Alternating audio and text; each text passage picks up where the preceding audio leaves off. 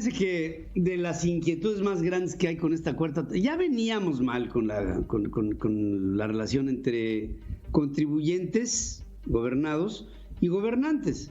¿Por qué? Pues porque el SAT se convirtió en un nido de ratas y el Servicio de Administración Tributaria, como ente recolectora, ha traído siempre pues muchas disfunciones, ¿no? Básicamente disfunciones. Pero ahora las políticas públicas en función del tema fiscal se hacen cada vez más, yo diría, extremas, y a veces dentro de lo extremo están invitando estas políticas a que pronto no haya siquiera... Miren, México es uno de los países que menos proporción de tributación tiene en función del desarrollo propio de la economía con respecto de países como España, que más o menos aporta el 33% del Producto Interno Bruto.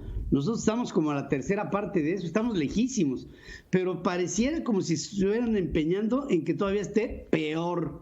Y voy con Hamlet González, que siempre, hablando de derecho como doctor en el tema fiscal, nos tiene importantes reflexiones. Y te saludo, Hamlet, buenos días. Buenos días, auditorio.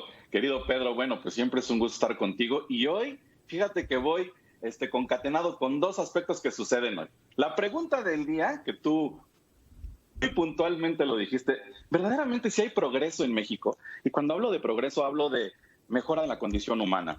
Y hoy va a salir el presidente en unos minutos, que ya le puse hasta mi grabadora para ponerle grabar, de lo que va a decir en materia de política económica y política fiscal. La política fiscal, Pedro, es la espina dorsal de toda economía en el planeta. O sea, esto no es el hilo negro en México. Hoy hablaré de la fractura de la política fiscal mexicana, Pedro. La crisis económica vino a evidenciar la endeble política fiscal en la que nos encontramos. En lugar de ser una política fiscal que incentive a nuestra economía y que motive a la inversión, ha ocasionado todo lo contrario. La inversión extranjera se ha detenido, Pedro, por la falta de credibilidad en los acuerdos que se puedan llevar a cabo en un futuro. ¿Qué quiero decir con esto? Que no saben si los puede fracturar al capricho de una o de varias personas y la inversión se ha detenido. Ha caído un 20% las importaciones y exportaciones en México, Pedro. O sea, tanto lo que mandamos como lo que compramos, un 20%.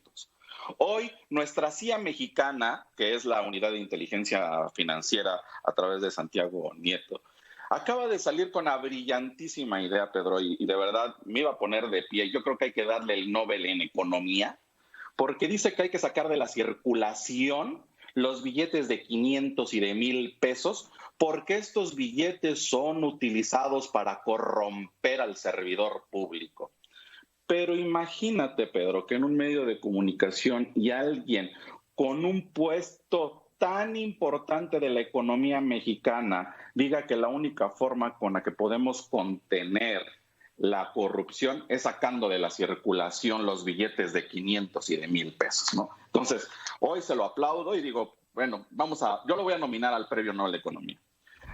Pedro, se han perdido 400 millones de empleos en el mundo, Pedro. En el mundo se han perdido 400 millones de empleos por esta pandemia, y esta pandemia que ha ocasionado una crisis económica.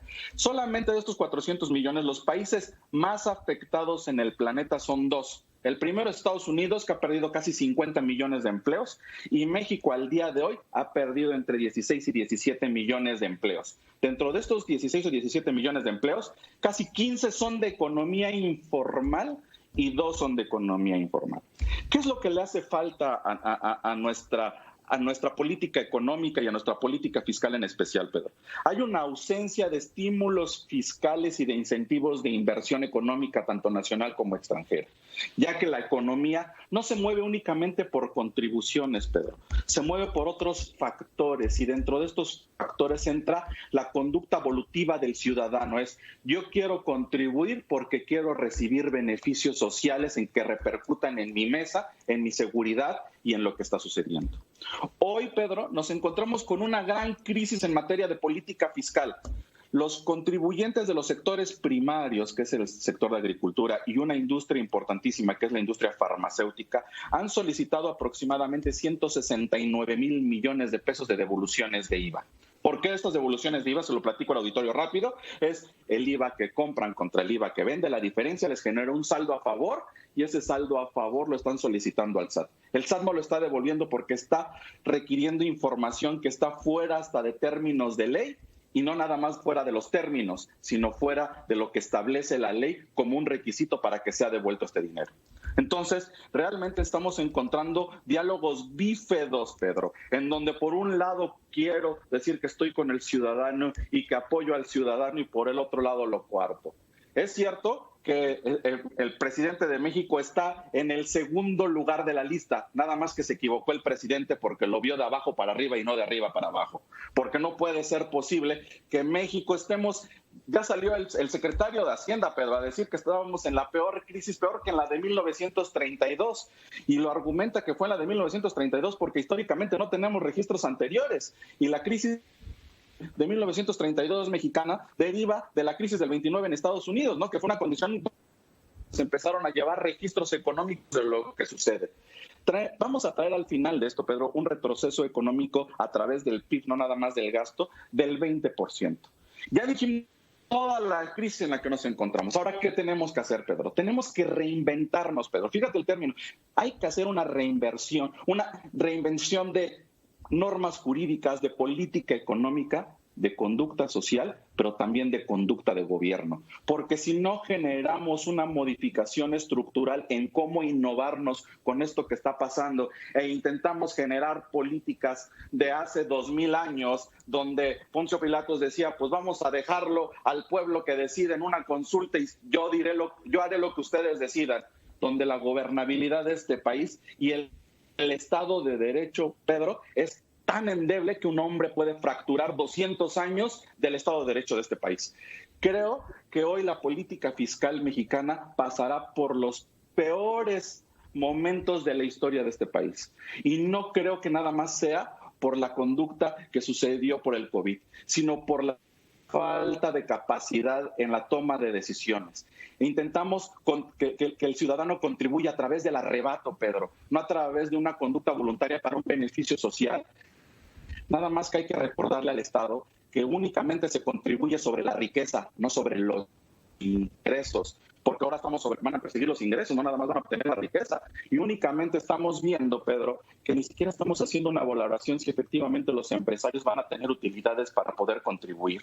Y cuando no tengan, nadie está obligado a lo imposible, Pedro. Entonces, hoy, después creo que a las 9, está a punto de entrar el presidente con el segundo informe, lleno de mentiras. Y lo digo así, Pedro, la realidad es que he hecho un análisis completito de lo que está pasando en materia económica y digo, no puedo creer lo que está sucediendo, ¿no? 20 puntos en nuestro PIB, Pedro, es catastrófico. Estamos en una crisis que se avecina para 2021. No sé lo que vaya a suceder. Cada vez veo a Venezuela más cerquita de la capital mexicana, Pedro. Entonces, sí, a ver qué sucede en estos próximos años. Bueno, sí, fíjate que el otro día se estaba hablando en la Cuarta Transformación, Ricardo Monreal decía que la idea era que pagaran más los que ganaban más, y este principio de proporcionalidad que tú me lo explicabas ayer, pues ya existía de toda la vida. De hecho, si yo tengo más ingreso, proporcionalmente a mi ingreso pago más dinero. ¿En dónde está lo nuevo de lo que está analizando Ricardo Monreal? No, me parece que es invasivo lo que quieren. No es pagar más en términos proporcionales, es pagar más en términos dimensionales. Y ahí hay una desproporción que es inaceptable y que desde el punto de vista estricto va a inhibir al capital en México. Así de sencillo. Claro, Pedro, porque ¿qué crees? No van a ir sobre la riqueza. Las contribuciones es sobre la riqueza, sobre las utilidades, no sobre los ingresos. Y ellos ya quieren grabar sobre los ingresos y están armando ciertas normas jurídicas, Pedro, para acorralar al ciudadano. Y si no me pagas, fíjate, ya no es Si no me pagas porque tienes que pagarme de acuerdo con las utilidades, si no me pagas porque yo decido, te voy a arrebatar tu patrimonio. Creo que a Ricardo Monreal no ha visto que en el artículo 31, fracción cuarta de la Constitución Política de los Estados Mexicanos, habla del principio de proporcionalidad. Entonces, cuando sale, imagínate, Pedro, que dices, la capacidad de un legislador y la capacidad de un agente político mexicano sale y diga, tienen que pagar los que más tienen. Qué bárbaro, ¿eh? Encontró el hilo negro de la política. Gracias, querido. Gracias, Hamlet, como siempre.